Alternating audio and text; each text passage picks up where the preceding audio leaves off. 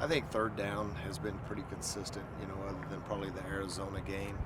Um, and we've been good on third down. Just a little bit inconsistent Saturday in certain situations, and it really just boils down to stacking success and being and playing with consistency. Man, there's just 80% of the time we fit things up and we got things distributed in the pass game, and then there's just those one or two breakdowns that are just they're just hard to overcome. I heard and we knew going into that game the margin for error was going to be very, very small. Same way in the Baylor game, it was very small. It's going to boil down to those 2 or 3 plays that when you get exposed, it's going to really come back to bite you.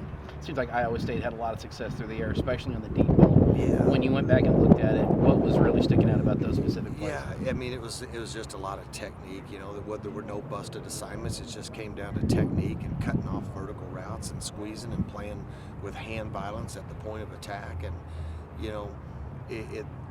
I don't know. Sometimes when you got those big receivers and big tight ends, it just seemed like we just were like out of sync. I don't know what it was, just a little bit out of position. Got a PI the one time coming over, and then they start trying to undercut it, and you give up a shot over the top of your head.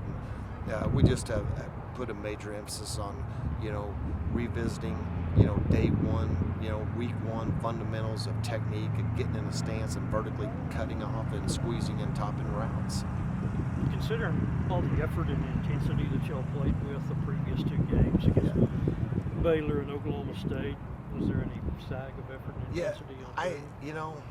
At times, it just felt it was honestly one of the most helpless feelings that I've had in a football game. Maybe and I asked the guys today. And they felt the same way. And I don't know. Mental block, whatever. That's coaching. We got to figure out a way to overcome that and play more consistently. From not only series to series, play to play, but also game to game. And there's kind of a pattern. I know defensively, I can't speak for the other side of the ball, but if you look at the first 2.5 games, two games and 3 quarters, I thought we played with great effort against all 3 of the first opponents. Then we have a lull against Oklahoma, and it's just mental. And it all boils down to preparation. And I tell them all the time, the way you do anything is the way you do everything. And things start to show up during the week, and all of a sudden they show up on Saturday, and no one's really surprised. So it's just something that we have to learn. If you're going to be a championship level defense, we got to play more consistently. We got to prepare more consistently, and just constantly be on an upward trend. What do you do in practice to address the lack of a pass rush and kind of make sure you're applying more pressure next week? Well, we had 60 plays. Of those 60 plays, I brought 6 or 7, 15 times.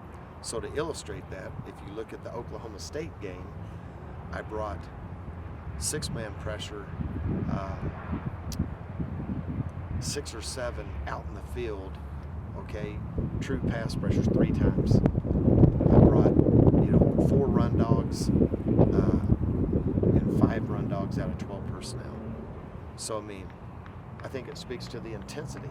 That's coaching. That's my responsibility to be able to get our guys to where they play at a high level. Football's a game of passion. It's a game of emotion. And when you do not play with emotion, and if all things are equal, the victory goes to the aggressor. And we were not the aggressor. It's that simple, and that's my responsibility and my job. I'll never put that on kids. I got to figure out a way to inspire them to play with that kind of energy and effort. And again, where I do it, try to do it off the field. I try to get them. It's about everything. It's about the way you eat. It's about the way you live. It's about the way you sleep. And you got to be able to manage that. You got to be able to manage your life to be able to play the game with passion, because it's a game of intensity for sure. You mentioned following up on the senior pressure. You said you did 15 times. 15 times I brought 6 or 7 people Saturday, and we had 3 TFLs. I was thinking there's about 3 plays where they really made you pay big. Yeah, one of them was an alignment issue. we're bringing 7, and you know, it's just at that point of the game. I mean, we're just trying to generate something for our offense, and that's who we are. I mean, you know what? We maybe, you know, that's who we've been to this point, and haven't been exposed doing that. But it just boils down to this. I mean, when you have 3 TFLs and you brought 25% of the time, you brought 6 or 7 people.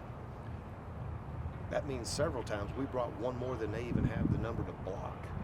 So that speaks to intensity.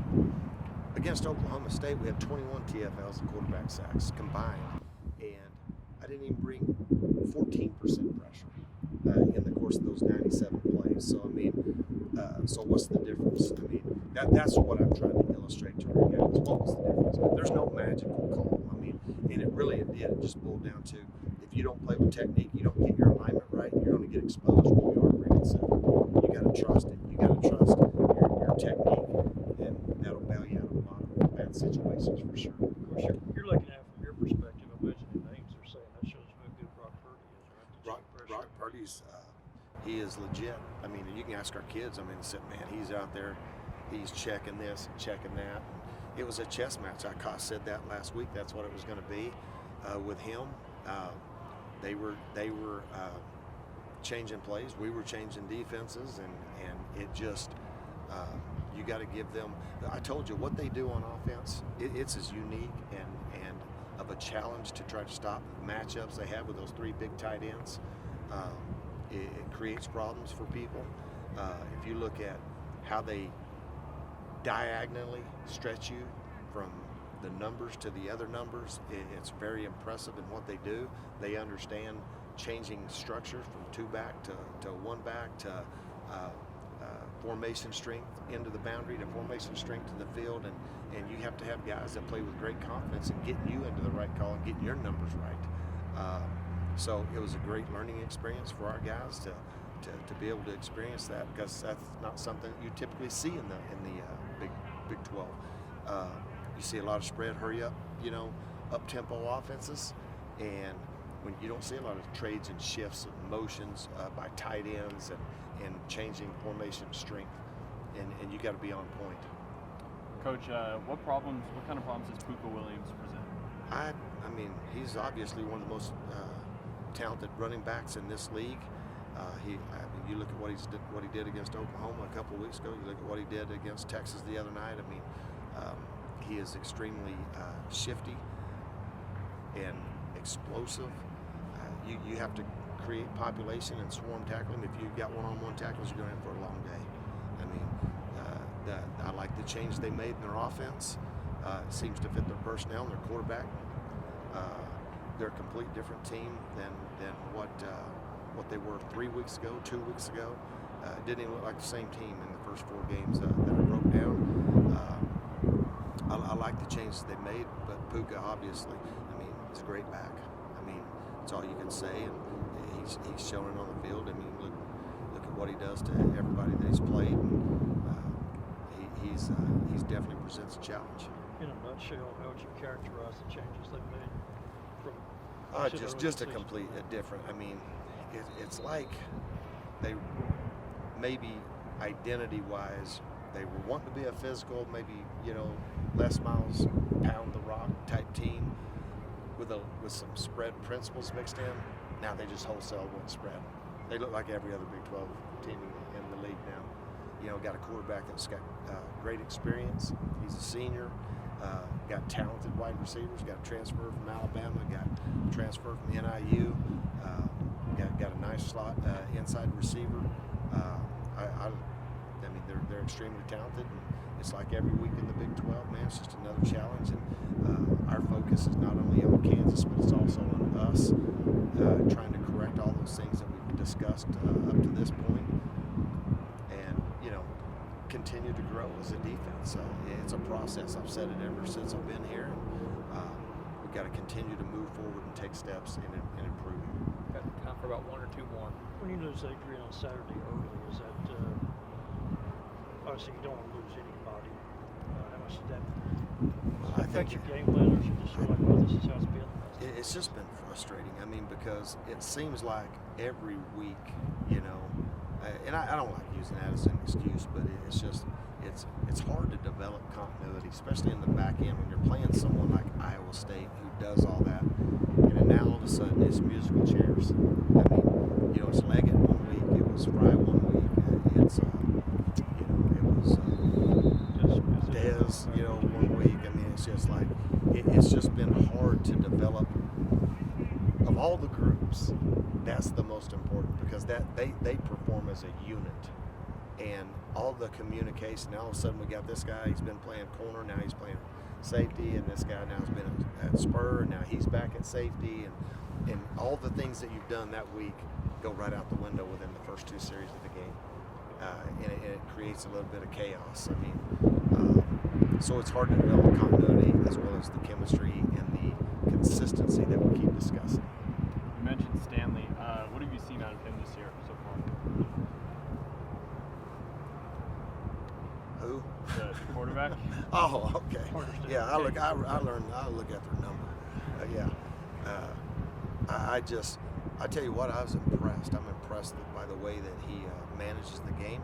I like the way, I think he fits this new spread system. I mean, he seems so comfortable. It's like they've been running it all year long. I mean, you know, to be able to go into Texas and the confidence in which they played with, man, he spread the ball around to all the different receivers. And, you know, I mean, it's one of those things where I'm very impressed with him. I think he's, you know, another typical Saturday in the Big 12. You face a big-time quarterback, and love the challenge of that. And we'll see if we can, you know, do the same things that we've tried to do, you know, all season long, and impact the quarterback and create some turnovers. And that's what it's going to take to win on the road.